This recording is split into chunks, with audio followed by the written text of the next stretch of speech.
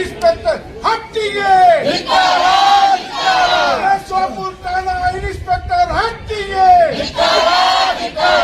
ಮಾನುಷವಾಗಿ ಮಹಿಳೆಯನ್ನು ನಗ್ನಗೊಳಿಸಿದ ಹಟ್ಟಿಗೆ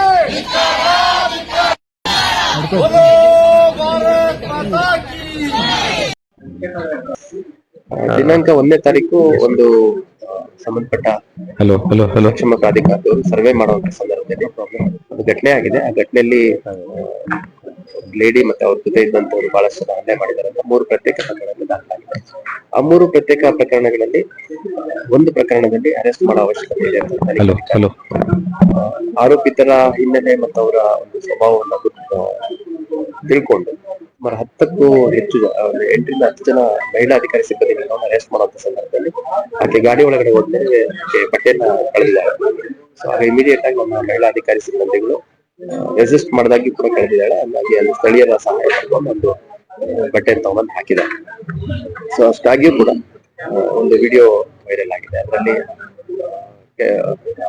ಈ ತರ ಆಗಿದೆ ಅಂತ ಅಷ್ಟೇ ಹೇಳಿದ್ದಾರೆ. ಯಾರಿಗೆ ಈ ಮಹಿಳೆಯ ವಿರುದ್ಧ ಒಟ್ಟು 9 ಪ್ರಕರಣಗಳಿಗೆ ಒಂದು ದಾಖಲಾಗಿದೆ. 8 ಕೇಶವಾಪುರದಲ್ಲಿ ಒಂದು ವಿದ್ಯಾಗಿರಿ ಧಾರವಾಡದಲ್ಲಿ. ಸೊ ನಮ್ಮ ಪೊಲೀಸ್ ಅಧಿಕಾರಿ ಮತ್ತು ಸಿಬ್ಬಂದಿಗಳ ಮೇಲೆ ಅಲ್ಲೇ ಕಚ್ಚಿರುವಂತದ್ದು ನಮ್ಮ ಮಹಿಳಾ PSI ತುಂಬಾ ಬ್ಯಾಡ್ಲಿ ಕಚ್ಚಿದ್ದಾರೆ. ಯಾಕಂದ್ರೆ ಒಂದ್ ವಿಡಿಯೋದಲ್ಲಿ ನಾವು ನೋಡಿ ಸರ್, ಆ ಮಹಿಳೆ ನೈಟಿ ಹಾಕೊಂಡು ಕೆಲವು ಪುರುಷರನ್ನು ಒದಿತಿದ್ದಾರೆ. ಅವ್ರ ಮೇಲೆ ಏನಾದ್ರು ಕ್ರಮ ತಗೊಂಡ್ರೆ ಸರ್? 3 ಪ್ರತ್ಯೇಕ ಓಕೆ 1ನೇ ತಾರೀಕು ಆಗಿರುತ್ತೆ. ಯಾಕಂದ್ರೆ 5ನೇ ತಾರೀಕು ವಿಡಿಯೋ ಬಂದಿದೆ ಗಾಡಿ ಒಳಗೆ ಅದು 5ನೇ ತಾರೀಕು ಬಂದಿದೆ. ಇದರಲ್ಲಿ ಪೊಲೀಸ್ ಮೇಲೆ ಒಂದು ವಿಷಯ ತಾವು ಗಮನಿಸಬೇಕಾಗುತ್ತೆ. ಮಹಿಳಾ ಆರೋಪಿಗಳನ್ನ ಅರೆಸ್ಟ್ ಮಾಡ್ಲಿಕ್ಕೆ 10 ಜನ ಮಹಿಳಾ ಸಿಬ್ಬಂದಿ ಅಧಿಕಾರಿಗಳು ಯಾಕೆ ಯಾಕಂದ್ರೆ ಅಲ್ಲೇ ನಾವು ನ್ಯೂಸೆನ್ಸ್ ಮಾಡೋಕೆ ಸಾಧ್ಯತೆ ಇರುತ್ತೆ.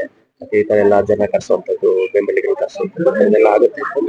ಸಂಪೂರ್ಣವಾಗಿ ಎಲ್ಲಾ ಮುಂಜಾಗ್ರತೆ ವಹಿಸಿ ನಮ್ಮ ಅಧಿಕಾರಿ ಸಿಬ್ಬಂದಿಗಳು ಹೋಗಿದ್ದಾಗಿ ಇದೇನು ಪೊಲೀಸ್ ಆಯುಕ್ತರಾಗಿ ನಿಮ್ಮ ಮೇಲೆ ಒಂದು ಕೆಟ್ಟ ಹೆಸರು ಬರ್ಲಿಕ್ಕೆ ತರ ಸಂಚು ಮಾಡ್ತಾ ಇದಾರ ಅಥವಾ ಹೆಂಗ್ ನೋಡ್ಬೋದು? ಯಾರ ಮೇಲೆ ಕೆಟ್ಟ ಹೆಸರು ಬರುವಂತದ್ದು ಏನಿಲ್ಲ. ಯಾವುದೇ ಒಂದು ಘಟನೆ ನಡೆದಂತ ಸಂದರ್ಭದಲ್ಲಿ ನಾವು ನಿಷ್ಪಕ್ಷಪಾತವಾಗಿ ತನಿಖೆಯನ್ನ ಅಲ್ಲಿ ಹೋಗಿರುವಂತ ಮಹಿಳಾ ಸಿಬ್ಬಂದಿಗಳು ಅಲ್ಲೆಲ್ಲ PSIಗಳು ASIಗಳ ಮೇಲೆ ಯಾವ ರೀತಿ ಹಲ್ಲೆ ಮಾಡಿದ್ದಾರೆ ಅಂತ ನಾವು ನೋಡಿದ್ದೀವಿ. ಮತ್ತೆ 10 ಜನ ಮಹಿಳಾ ಸಿಬ್ಬಂದಿಗಳು ಇದ್ದಂತ ಸಂದರ್ಭದಲ್ಲಿ ಮಹಿಳೆ ವ್ಯವಸ್ಥೆಗೊಳಿಸಲಿಕ್ಕೆ ಸಾಧ್ಯ.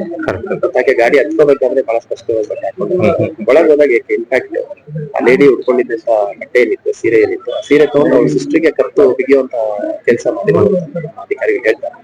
ಯಾಕೆ ಅಂತಂದ್ರೆ ಅರೆಸ್ಟ್ ಅವಾಯ್ಡ್ ಮಾಡುವಂಥದ್ದು, ಹರಾಸ್ಮೆಂಟ್ ಕ್ರಿಯೇಟ್ ಮಾಡೋದು, ನ್ಯೂಸೆನ್ಸ್ ಕ್ರಿಯೇಟ್ ಆಗುವ ಸಂದರ್ಭ ಪೊಲೀಸ್ ಹೋಗ್ತಾರೆ ಬಿಟ್ಟು ಇದೆಲ್ಲ ಕಾರಣಗಳೇ.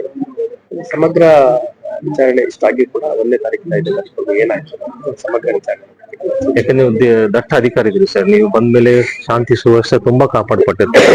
ಅದ್ರ ಮೇಲೆ ಏನಾದ್ರು ಪೊಲೀಸರು ಕೆಟ್ಟ ಹೆಸರು ತರಲಿಕ್ಕೆ ಈ ತರ ರಾಜಕೀಯ ಪಿತೂರಿ ಮಾತು ಹೇಳಿಕ್ಕೆ ಇಷ್ಟಪಡ್ತೇನೆ. ಸುಮಾರು 20 ಲಕ್ಷದಷ್ಟು ಜನ ಹುಬ್ಬಳ್ಳಿದ್ದಾರೆ. ನಮ್ಮಲ್ಲಿ ಸುಮಾರು 4,500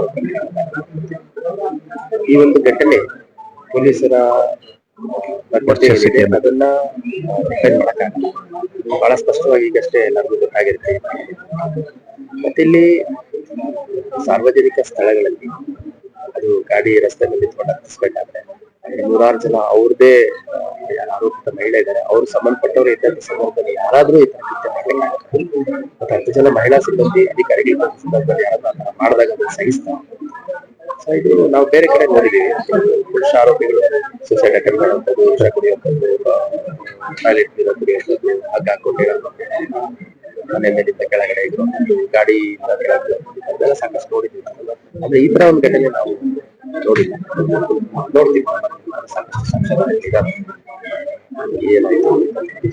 ಏನಾದ್ರು ಪೀಸ್ ಮೀಟಿಂಗ್ ಎಲ್ಲ ಸಿಟಿಸನ್ಸ್ ಕರೆದು ಮತ್ತೆ ಕೆಲವೊಂದ್ ಕಡೆ ನಾವು ನೋಡಿದೀವಿ ಸರ್, ಕೆಲವೊಂದ್ ಕಡೆ CC ಕ್ಯಾಮ್ರಾಸ್ ಇರಲ್ಲ ಆಕ್ಚುಲಿ ಮೆನಿ ರೆಸಿಡೆನ್ಶಿಯಲ್ ಏರಿಯಾ, ಅದರಿಂದನೂ ತುಂಬಾ ಕ್ರೈಮ್ಸ್ ಆಗ್ತಾ ಇದೆ. ಸರಿ. ಅದೊಂದು ಅವೇರ್ನೆಸ್ ಒಂದು ಬಂದ್ರೆ ತುಂಬಾ ಹಳ್ಳಿ ಚೆನ್ನಾಗಿರುತ್ತೆ. ಧಾರವಾಡ ಸುಮಾರು ಒಂದು 200 ಸ್ಕ್ವೇರ್ ಕಿಲೋಮೀಟರ್ CCTV ಫೋಕಸ್ ಹಾಕ್ಬೋದು, ಪ್ರಮುಖ ಸ್ಥಳಗಳಲ್ಲಿ ಹಾಕ್ಬೋದು.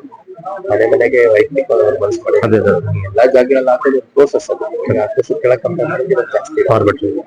So ಹಂಗಾಗಿ ಮತ್ತೆ ಈಕೆ ವೈದ್ಯಕೀಯ ಪರೀಕ್ಷೆ ಮತ್ತು ಮ್ಯಾಜಿಸ್ಟ್ರೇಟ್ ಹಾಜರಾದ ಸಂದರ್ಭ ಯಾಕೆ ಈ ತರ ಪರಾಮರ್ಶೆ ಮಾಡಬಾರ್ದು. ಮತ್ತೆ ಅಷ್ಟಾಗಿಯೂ ಕೂಡ 1ನೇ ತಾರೀಕಿನ ಇದೆಲ್ಲ ಘಟನೆ ನಡೀತು. ಅದೆಲ್ಲ ಸಂಪೂರ್ಣ ಘಟನೆ ನಾನು ನಮ್ಮ DCP ಲಾರ್ಡ್ ಕಡೆಯಿಂದ ಥ್ಯಾಂಕ್ ಯು. ಈ ವಿಡಿಯೋ ಈ ಮಾಹಿತಿ ನಿಮ್ಗೆ ಇಷ್ಟವಾಗಿದ್ರೆ ಲೈಕ್ ಮಾಡಿ, ಶೇರ್ ಮಾಡಿ. ಇನ್ನು ಹೆಚ್ಚಿನ ಮಾಹಿತಿಗಾಗಿ ನಮ್ಮ ಚಾನೆಲ್ಗೆ ಸಬ್ಸ್ಕ್ರೈಬ್ ಆಗಿ. Thanks for watching.